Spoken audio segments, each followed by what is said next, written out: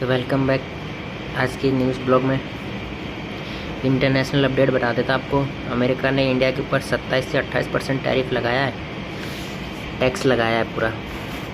ये पूरा बदला लिया जा रहा है एलन मस्क के द्वारा, क्योंकि एलन मस्क ने एडवाइस किया होगा, क्योंकि उसकी टेस्ला को इंडिया में एंट्री नहीं दी भारत सरकार ने, तो उसने इस तरह से पता नहीं कहाँ से डेटा निकाल के 27% टैक्स लगा दिया। अभी 12 बज रहे रात के, मैं जगा हूँ। मैं ये देखना चाह रहा था कि अमेरिका की तरफ से क्या न्यूज़ आ रही है।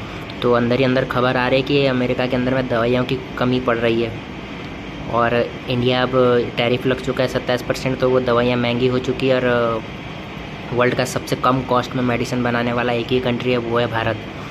तो कल सुबह तक शायद अमेरिका अनाउंस कर दे कि भाई हम टैरिफ में भारत के लिए कुछ छूट कर रहे हैं। तो देखना होगा कल सुबह क्या होता है।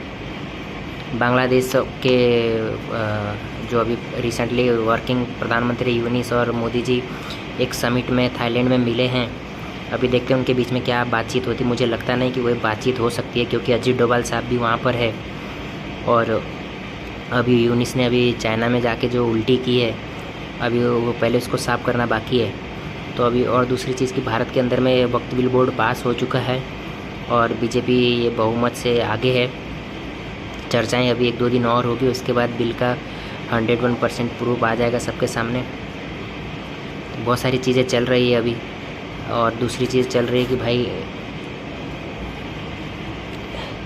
अगर ये टैरिफ लग के 101 इतना टैरिफ लग जाता है इंडिया के ऊपर, तो जो हम लोग इंडिया से जो चाइना पाकिस्तान के हम जो इंडिया का जो यूएस में माल बेचते हैं, वो माल महंगा हो जाएगा। ठीक है। दूसरी चीज़, हम लोग अभी जो थाईलैंड में मीटिंग हुई है मोदी जी की और अजीत डोभाल साहब की, तो इसके ऊपर सबसे बड़ा जो एक इशू था वो शायद ड्रग्स के ऊपर है। मुझे जो अंदर की खबर है, एक सिक्योरिटी का भी है, और दूसरा इलीगल और क्रिमिनल्स का भी ट्रांसमिशन का भी है, जिसमें मतलब थाईलैंड से और इंडिया से थाईलैंड के बीच में जो बहुत सारी गलत ड्रग्स वगैरह जो स्मगलिंग होती है, उसके ऊपर भी रोक लगाने के लिए है।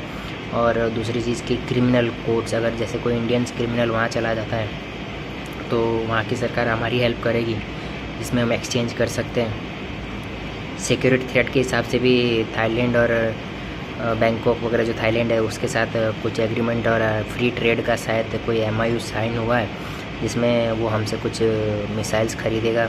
और मिसाइल नहीं खरीदेगा तो शायद वो कोई स्पेस में अपनी कोई रॉकेट वगैरह कुछ लॉन्च करना चाहता, तो इंडियन इसरो जो है उसकी हेल्प करेगा उसमें।